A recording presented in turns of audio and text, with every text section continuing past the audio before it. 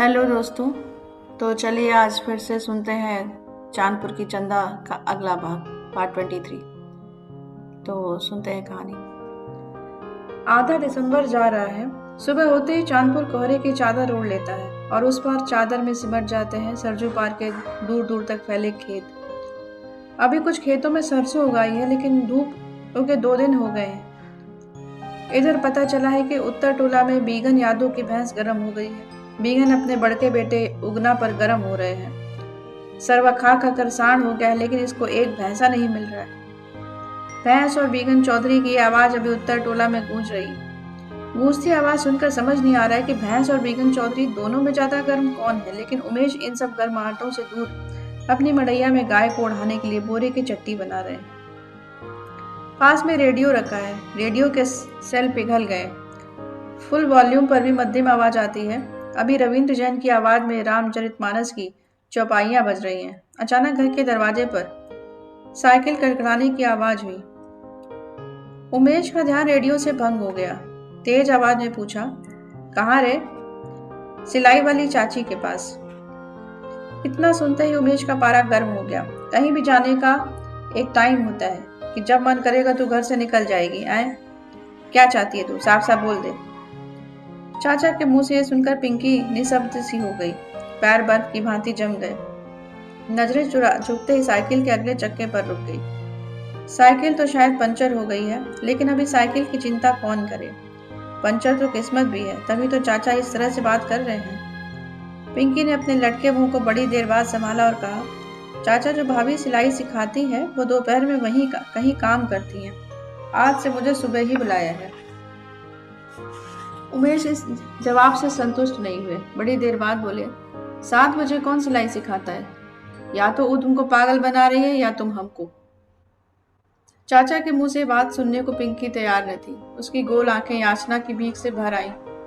Sir झुकाए ही कहा, ना चाचा, माई के क्रिया, हम झूठ नहीं बोल रहे हैं। माँ का नाम लेते ही पिंकी का गला ना जाने कैसे रुंध सा गया। बाकी की आवाज गले से बाहर न निकल पाई। पिंकी जान गई, ये गुस्सा चाचा का गुस्सा नहीं है। ये तो उस नागिन का गुस्सा है जो घर में बैठकर कई सालों से बस फुफकार रही है। और इधर उसका फुफकारना इतना बढ़ गया है कि चाचा की अपनी आवाज गायब हो गई है। पिंकी का लटका हुआ चेहरा देखकर उमेश चुप हो गए। उनकी आंखों में पितृभाव उतर आया। धीरे से बोले, ठीक है, लेकिन कब आएगी? 10 बजे तक चाचा। सिलाई मशीन तो है नहीं, सीखेगी कैसे? मनोज वो भौजी का है ना, उसी पर सीख लेंगे। चाचा चुप हो गए। इस चुप्पी में जैसे कोई आश्वस्ति थी जो बिना बोले आवाज करती थी। पिंकी ने उस आवाज को सुन लिया। उसके मन में संतोष उभर आया। अचानक उमेश ने पूछा, मनोज वो कही है सिलाई मशीन देने के लिए? हाँ चाचा। इतना सुनते ही घर के भीतर से चाची चिल्लाने लगी, हाँ हाँ, उस रंडी ने तो इसको बिगाड़ कर माटी बना दिया है। पहले भतार को लव लेटर लिखना सिखाई, अब मस्टाइन बनवा रही है। सुबह सुबह चुल्हानी में का बनेगा का बिगड़ेगा इसकी चिंता नहीं है इसको, लेकिन सिलाई के बहाने हेलीकॉप्टर पर सवार होकर गांव घूमने का बहाना मिल गया है। फिर से कह रहे हैं, साफ साफ सुन लो, चिनार को यहाँ से जल्दी नहीं हटाए तो चांद पर मुंह दिखाने लायक नहीं रहोगे। यह बोलते हुए चाची मैना देवी की आंखों में मानो खून उतर आया। उमेश चुप रह गए। पिंकी की पीठ चलने लगी। कुछ था जो भीतर ही भीतर खोलने लगा। सांसें तन सी गईं। दोनों बाहों के बीच खिंचाव सा हो गया। भरे जाड़े में उसने महसूस किया कि इतनी गर्मी तो जेठ के महीने में भी महसूस नहीं हुई थी। शायद अब चाची के आगे चाचा लाचार हो रहे हैं। उनके इस लाचार चेहरे को देखना पिंकी के वश की बात नहीं है। वो गाय का ओढ़ना बुन रहे हैं, लेकिन ऐंठन और खींच पिंकी को हो रही है।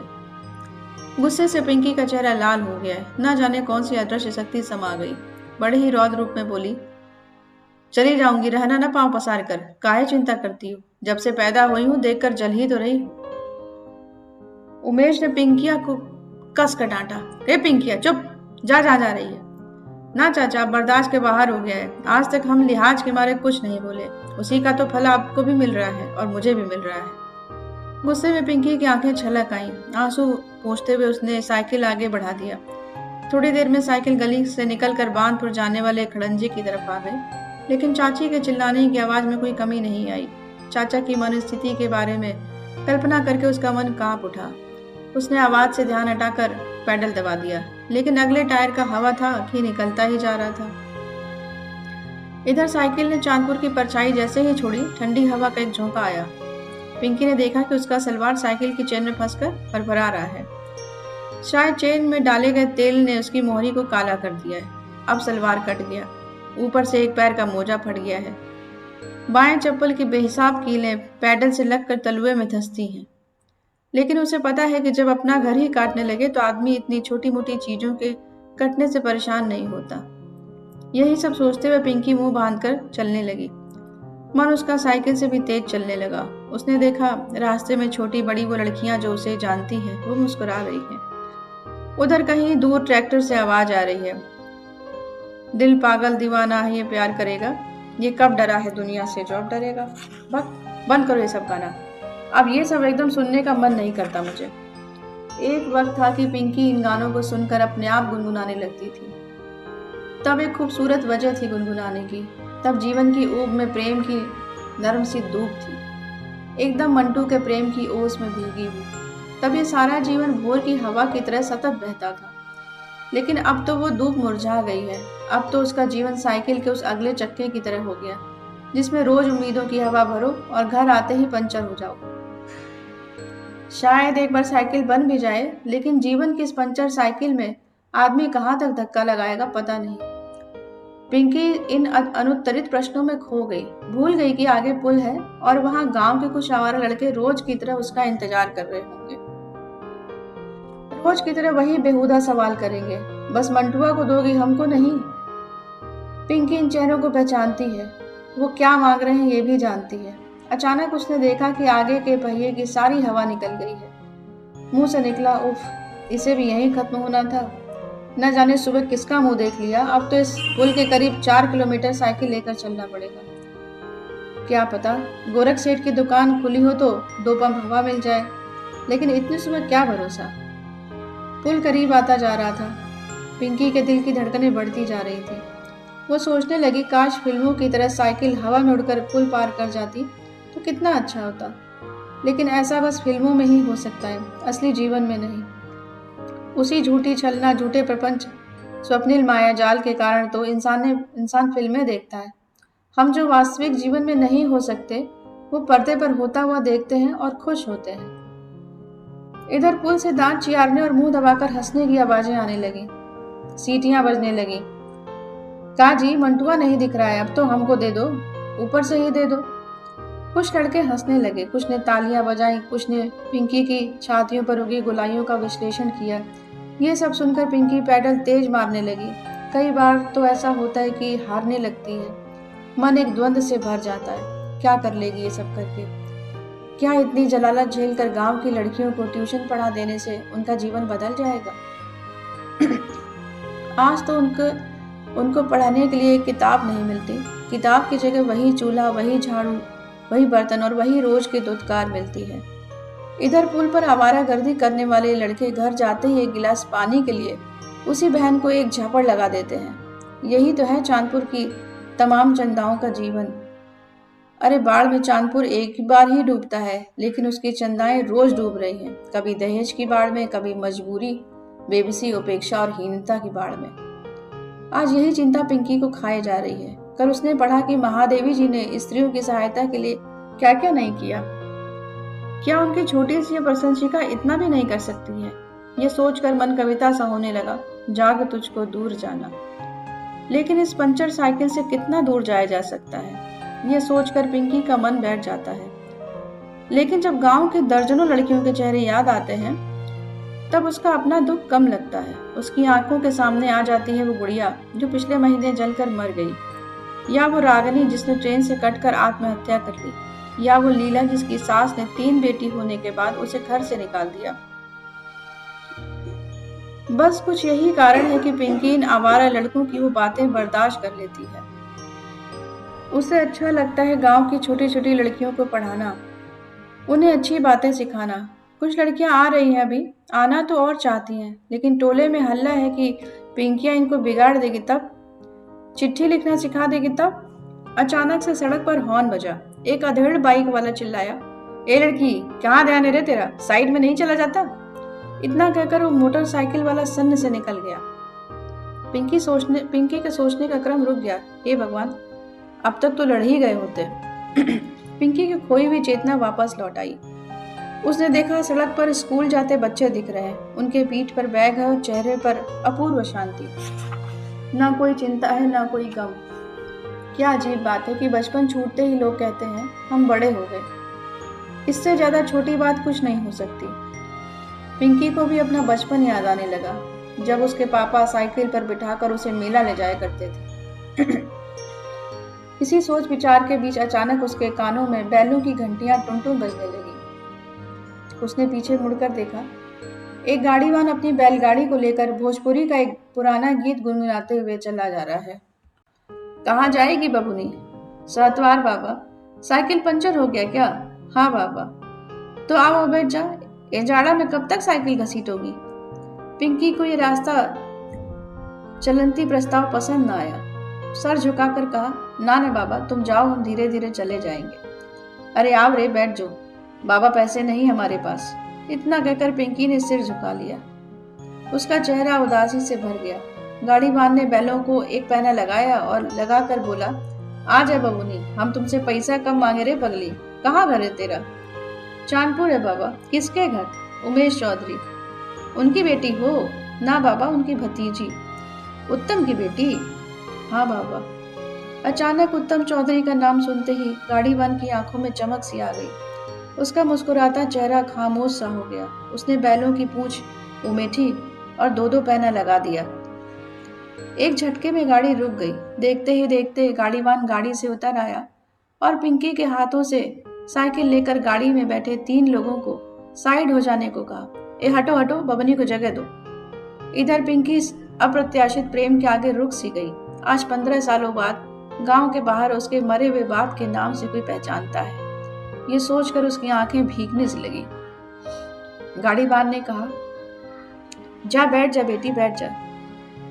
एक अनजान आदमी के मुंह से बेटी शब्द सुनकर पिंकी का मन नृत्य सा करने लगा। उसने पहली बार महसूस किया कि प्रेम सिर्फ मंटू की नाव पर बैठकर नहीं, बल्कि किसी बाबा की बैलगाड़ी पर बैठकर भी आ सकता है। पिंकी ने देखा गाड़ी में एक अधेड़ और 2 महिलाएं भी बैठी हैं। गाड़ी में महिलाओं को देखकर पिंकी जरा सहज हो गई। सबने एक साथ कहा, बबनी बैठ जा, हमके भी 9 बजिया पकड़ के छपरा जाए के बा। इधर गाड़ीवान ने बैल की पूंछ पर एक पैना कसकर लगाया। बैल चल पड़े। उनकी घंटियां टुन-टुन बजने लगी। थोड़ी देर बाद गाड़ीवान ने पूछा, ए बबनी? हाँ बाबा। उत्तम की बेटी है रे तू? हाँ बाबा। अरे रे, तब तो तू मेरी बेटी है। ये कहकर गाड़ीवान ने गाड़ी में बैठे एक अधेड़ को पुकारा, ए मुखराम। गाड़ी में बैठे एक व्यक्ति ने पुकार लगाई, हाँ काका। सुनो, 25 साल पहले की बात है, तू भी सुन बबुनी। पिंकी ने कहा, हाँ बाबा। देखते ही देखते गाड़ीवान एक कुशल कथाकार की भूमिका में आ गया। तो सुनो, यही दिन थे, बलिया का ददरी मेला उखड़ गया था। सहतवार के सहुआ की मिठाई की दुकान मेला में लगी थी और उसका सामान लेकर हमको सुदृष्टि बाबा के मेला में सुरमेनपुर जाना था। रात को 12 बजे सामान का लदनी हुआ और हम गाड़ी लेकर चल दिए सुरेमनपुर। जैसे ही बलिया से 82 ढाला गाड़ी पहुंची, हमको नींद आ गई। हम सो गए। लेकिन ए मुखराम, जतरा का साइड ठीक नहीं था। हल्दी चट्टी आते आते बैल रुक गए। नींद खुली तो देखा बैल आगे बढ़ने का नाम नहीं ले रहे हैं। इतना भी पूंछ उमेटे झट से जीभ निकाल देते थे। नीचे उतरा तो देखा कि बैलगाड़ी के टायर से साए साए हवा निकल रही है। ए बबुनी, जीभ धक से हो गया। अब क्या होगा? अगर सवेरे 7 बजे तक मेला में नहीं पहुंचे तो सहुआ हमको 1 पैसा नहीं देगा। ऊपर से मुसीबत ये है कि गाड़ी में लाखों का सामान है। रात इतनी अंधेरी, कोई बंदूक दिखाकर लूट लिया तब? ए बबनी, बूझ लो कि परान संकट में पड़ गया। हम भी काली माई का भगवती किए और जोर से शिव जी को गोहराए कि हे शिव जी, इस ग्रह से उबार दिए तो 1.25 लीटर दूध चढ़ाएंगे। ए मुखराम, रास्ते में गाड़ीवान तो बहुत आ रहे थे, लेकिन हमारा हाल देखकर सब हाथ खड़े कर दे रहे थे। हम 4 घंटा इंतजार किए कि कोई आए तो मदद मांगे, लेकिन बूझ लो बबूनी, देखते देखते 4 बज गया, कोई नहीं रुका। अब लगा कि गाड़ी बनते बनते दोपहर हो जाएगी और मेला में जाते जाते सांझ। हिम्मत जवाब दे गई, बबुनी 20 साल से गाड़ी चला रहा था, लेकिन जीव इतना सकेता में कभी नहीं पड़ा था। लेकिन ए मुखराम, शिवजी ने सुन लिया हो। अचानक एक 6 फीट का नौजवान गाड़ीवान बगल से निकला। सफेद पगड़ी बांधे, लाल रंग का शौकीन सॉल लपेटे, एक लंबी लंबी मूछ वाला गोरा जवान। हमने हाथ दिया। उसने पूछा कि क्या हुआ काका। बबू ने उसके मुंह से काका सुनकर हमारे हाथ जुड़ गए। टायर पंचर हो गया है बबुआ। सुबह सुरदष्टि बाबा के मेला में सुरमेनपुर जाना है। देर हुई तो एक पैसा नहीं मिलेगा। नौजवान गाड़ी से उतर आया, हमारा नाम पता पूछा और बिना सोचे समझे कहा, ए काका, पंचर बनवाते बनवाते दोपहर हो जाएगा। लो हमारी गाड़ी ले जाओ, हम तुम्हारी गाड़ी बनवाकर सुबह लेते आएंगे। बाबू ने उस जाड़े की काली रात को लगा कि उत्तम चौधरी नहीं, साक्षात शिवजी प्रकट हो गए हैं। आखिर गाड़ी पर सामान लद गया और हम 10 बजे तक मेला में पहुंच गए। और चौथे दिन हम चांदपुर जाकर बबुनी तेरे दरवाजे से अपनी गाड़ी ले आए। तब जो भोजन तुम्हारी माई ने कराया, उसका स्वाद आज तक नहीं भूलता है। तो ये मुखराम, ये उस महात्मा आदमी की बेटी है। ये नहीं जानती इसका बाप क्या चीज था। बस ये समझो कि आदमी नहीं था, हीरा था, हीरा। 1 साल में बैलगाड़ी चलाते चलाते ट्रक चलाने लगा। लेकिन भगवान के यहाँ भी अच्छे आदमी की कमी है ना, क्या कहें। गाड़ीवान बोलता रहा। इधर पिंकी की आंखों से निर्झर आंसू गिरते रहे। सच तो यही है कि उसे क्या पता। उसने तो होश संभालने के बाद उत्तम चौधरी को बस पासपोर्ट साइज की फोटो में देखा है। वो क्या जानती है कि बाबूजी किसको कहते हैं। लेकिन आज न जाने क्यों अपने मरे हुए बाप की इस तरह तारीफ सुनकर पिंकी को रोना भी अच्छा लगने लगा। जी हल्का हो गया। मन करता है गाड़ीवान किस्से सुनाते रहे और वो सुनती रहे। बैलों की घंटियां टुन टुन बजती रहीं। पिंकी के आंसू थम गए। देखते ही देखते सातवार आ गया। पिंकी ने गाड़ी से उतरकर गाड़ीवान के पैर छुए। गाड़ीवान ने पॉकेट से निकालकर 100 रुपए का नोट थमा दिया। पिंकी लाज और संकोच के पहाड़ तले दब गई। ना बाबा, रहने दो। ले बेटी, मिठाई खा लेना। ना बाबा, आशीर्वाद दो, यही बहुत है। बेटी, आशीर्वाद तो है ही, ले मिठाई खा लेना, तू मेरी बेटी है। इतना कहकर गाड़ीवान चलने को हुआ। पिंकी पैर छूकर गाड़ीवान को विदा करके जैसे ही मुड़ी कि उसने देखा एक लड़का साइकिल लेकर खड़ा है। उसके दिल की धड़कन बढ़ गई। आवाज जबान तक आते आते अटक गई। अरे तुम यहाँ कैसे? तुमसे मिलने। पिंकी दुपट्टे से आंखों को पोंछने लगी। वो जानती थी कि मंटू सब देख सकता है, लेकिन पिंकी की आंखों में आंसू देखना उसके बस की बात नहीं। बड़ी देर तक दोनों एक दूसरे से नजर फेरे खड़े रहे। पिंकी ने बड़ी देर बाद चुप्पी तोड़ी। ठीक है, 2 घंटा इंतजार करो। मंटू मन ही मन मुस्कुरा उठा। 2 घंटा क्या, हम तो 2 जन्म तक इंतजार कर लेंगे। ये सुनकर पिंकी मुस्कुरा उठी। बक पागल। मंटू फिर मुस्कुरा उठा। अचानक आंसुओं की बदरी को चीर कर आसमान में सूरज चमक आया। देखते ही देखते महीनों से मुरझाए 2 चेहरे सूरजमुखी जैसे खिल उठे। दोस्तों, उम्मीद है आप सबको कहानी पसंद आ रही होगी और जीवन के खट्टे मीठे अनुभव, नए आयाम, नई चुनौतियाँ जो उस कहानी में है आपको अच्छा लग रहा होगा, पसंद आ रहा होगा। तो अगर कहानी पसंद आ रही तो प्लीज़ लाइक कीजिए, शेयर कीजिए, सब्सक्राइब कीजिए and press the bell icon. Thank you so much.